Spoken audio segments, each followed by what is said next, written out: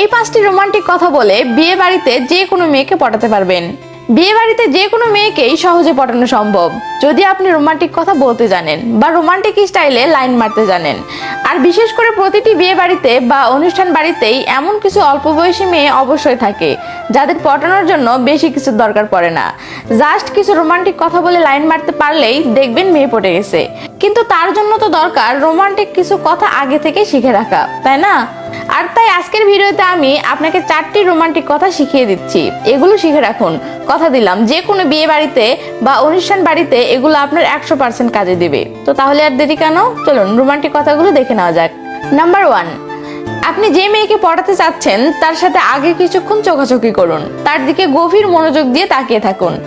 যখন দেখলেন মেয়েটি ভালো রেসপন্স দিচ্ছে তখন মেয়েটির কাছে গিয়ে মেয়েটির সাথে হাই হ্যালো করুন, তার সাথে পরিচিত হন, কথা বলুন এবং কথার ফাঁকে তাকে এভাবে বলুন, বিয়ে বাড়িতে সবাই কত বিজি তাই না?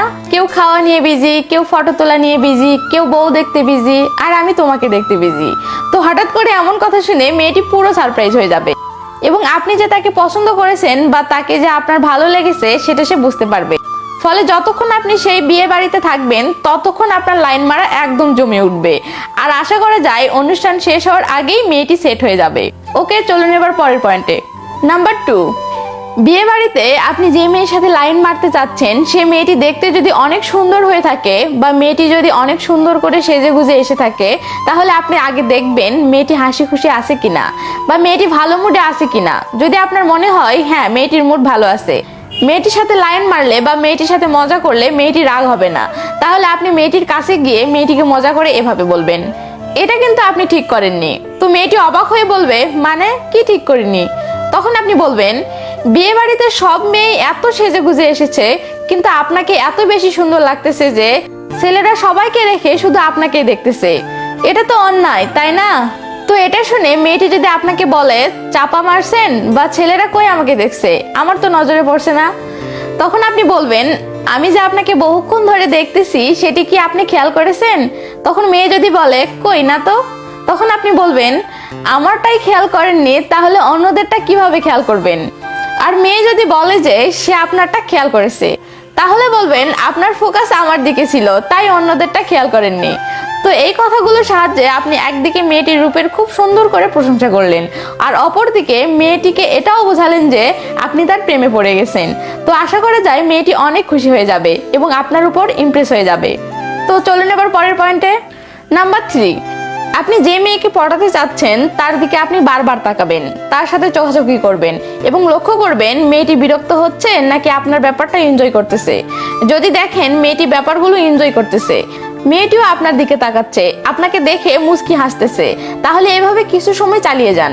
তারপর মেয়েটির কাছে গিয়ে মেয়েটিকে বলতে পারেন, তোমার অনেকগুলো ফটো তুলেছি, বাসায় গিয়ে মন ভরে দেখবো বলে। তো এটা শুনে মেয়েটি অবশ্যই অবাক হয়ে জানতে চাইবে কখন তুললেন। তখন আপনি বলবেন, টেনশন নিন না, ফটোগুলো মোবাইল ক্যামেরায় তুলিনি, ফটোগুলো তুলেছি আমার চোখের ক্যামেরায়, যেন চোখ বন্ধ করলেই দেখতে পারি। তো এমন রোমান্টিক একটা কথা শুনে মেয়েটি তো সেই খুশি হয়ে যাবে। তখন আপনি তাকে আবার বলতে পারেন, আচ্ছা ফটোগুলো হৃদয়ে সেভ করে রাখতে চাচ্ছি, কিন্তু কি নামে সেভ করব? তোমার নামটাই তো শোনা হয়নি, তো তোমার নামটা কি জানতে পারি? চলুন এবার পরের পয়েন্টে। নাম্বার 4, মনে করুন বিয়ে বাড়িতে আপনি কোনো মেয়েকে অনেকটাই পটিয়ে ফেলেছেন, মেয়েটির হাবভাব দেখে আপনি বুঝতে পারছেন যে মেয়েটি লাইনে চলে এসেছে।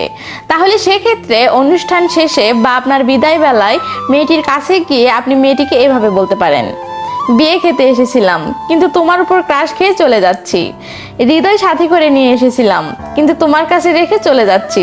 তো এটা শুনে মেয়েটি খুশি হয়ে যে কোনো কিছু বলতে পারে। তখন আপনি মেয়েটির থেকে নাম্বার নেওয়ার জন্য এভাবে বলতে পারেন, ম্যাডাম ফোন নাম্বারটা দেওয়া যাবে? মেয়ে তখন বলতে পারে, কেন? তখন বলবেন, আমার হৃদয়টা তো আপনার কাছে রেখে যাচ্ছি, তো ফোন করে আমার হৃদয়টার খোঁজ খবর নিতাম আর কি। এমন মজার বা রোমান্টিক একটা কথা শোনার পর আশা করা যায় মেয়েটি ইমপ্রেস হয়ে যাবে এবং আপনাকে তার নাম্বারটা দিয়ে দিবে। 4টি পয়েন্টই আপনার দেখা শেষ। এখন নিশ্চয়ই আপনি স্বার্থপরের মতো লাইক না দিয়ে দৌড় দিবেন।